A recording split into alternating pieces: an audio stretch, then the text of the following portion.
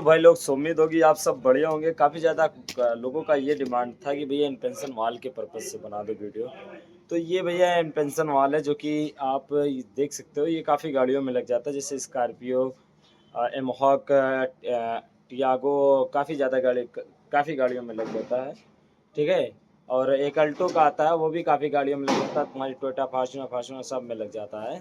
तो चलो उसको वो तो नहीं बता रहे हैं, बाकी हाँ।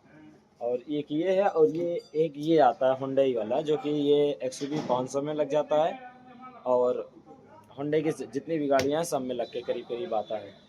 तो ये जब चोक होता है, इसको पहले पता कैसे करना है चोक, ज़्यादातर करीब करीब मतलब जो है ना, ऐसे मुंह से फूकने से पता चल जाता है। मेरे पास होना चाहिए एक, मैं आपको दिखा सकता हूँ।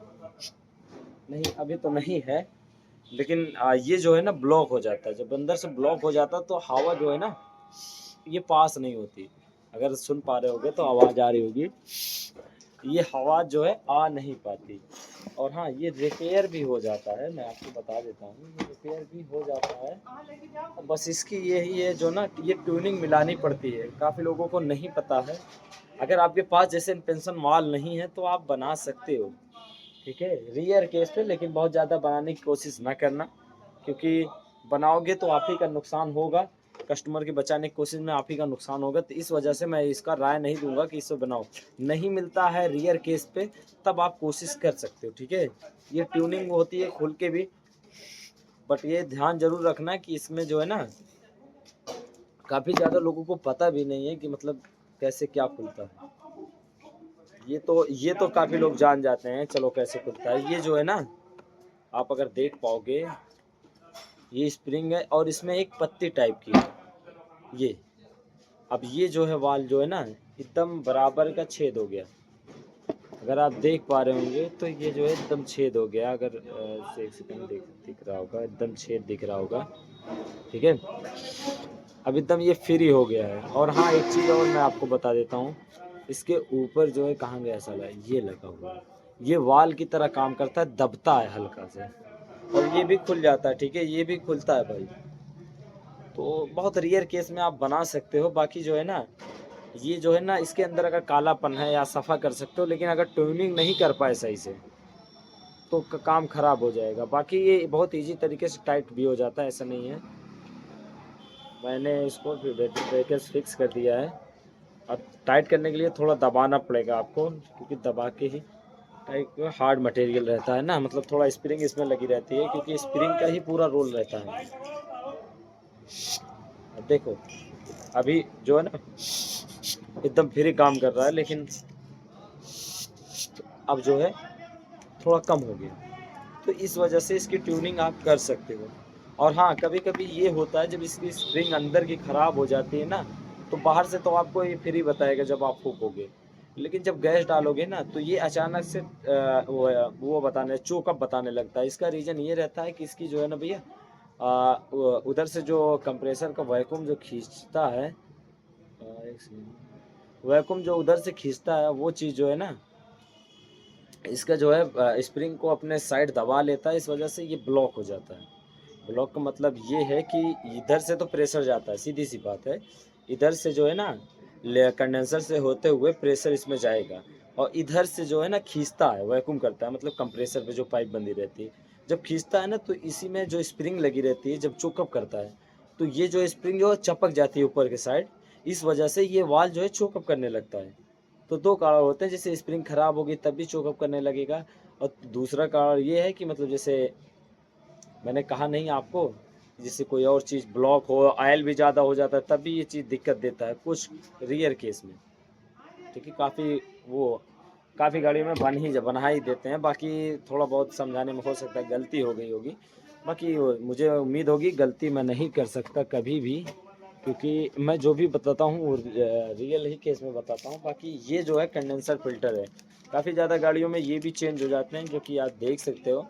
इनका काम क्या रहता है, इनका काम ये रहता है कि काफ़ी लोगों का डाउट रहता है कि इनका काम क्या रहता है। इनका काम ये रहता है जो ना भैया, ये कंडेंसर में लगे रहते हैं, और ये जाके लिक्विड के साइड ही गिरा रहता है, ना कि डिस्चार्ज के साइड। और ये भी मैं आपको बता दूं, डिस्चार्ज और लिक्विड इतनी दूरी के गैप पे आती हैं। इस पे डिस्चार्ज इस पे आएगी, लिक्विड इस पे आएगी।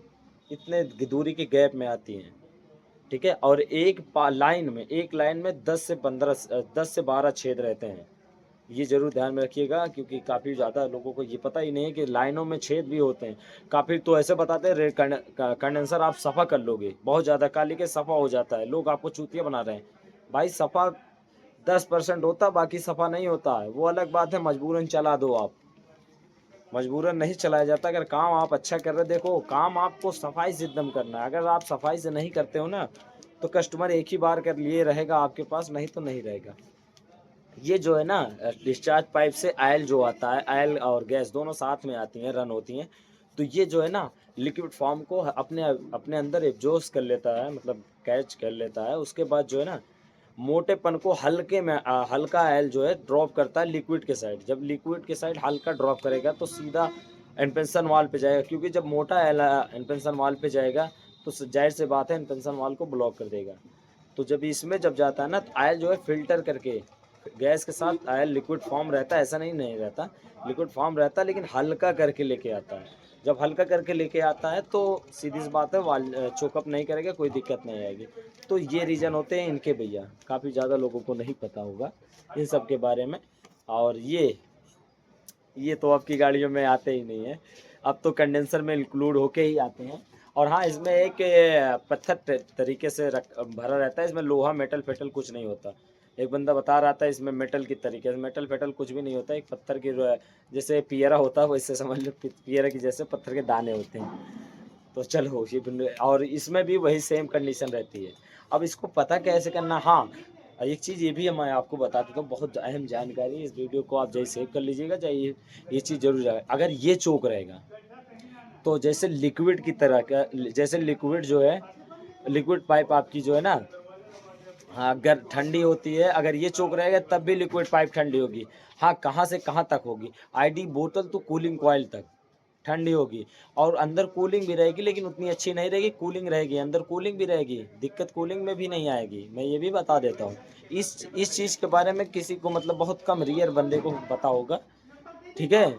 और इन जो होता है इसमें इन लिखा रहता है, एक साइड कंडेंसर की तरफ रहता है, इन का मतलब कंडेंसर, और आउट का मतलब जो होता है कंडेंसर से जो निकलेगा आउट, आउट का मतलब होता है कि एवोरेटर, एवोरेटर की तरफ, इनका मतलब इन अंदर की तरफ, ठीक है। अगर मेरे पास कोई होगा आईडी बोतल होता है, वैसे हो ही नहीं सकता।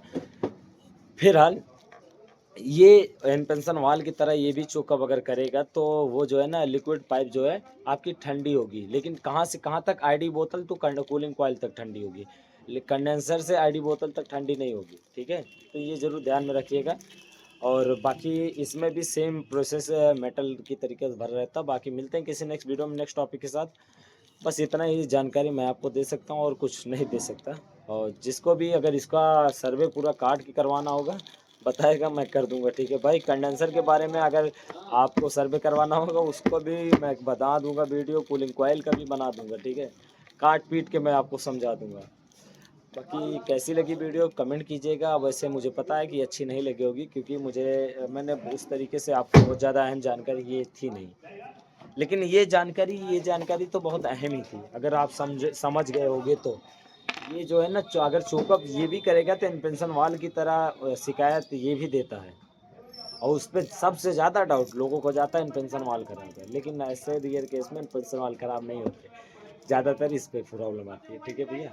बाकी मिलते हैं किसी नेक्स्ट वीडियो में नेक्स्ट टॉपिक के साथ। जय हिंद जय भारत, हमें फॉलो करके रखिएगा। और हाँ इस आईडी बोतल पे कौन से इन्पेंशन वाल लगे रहते हैं प्लीज़ कमेंट कीजिएगा, देखता हूँ किसका कमेंट सही होता है, ठीक है भाई।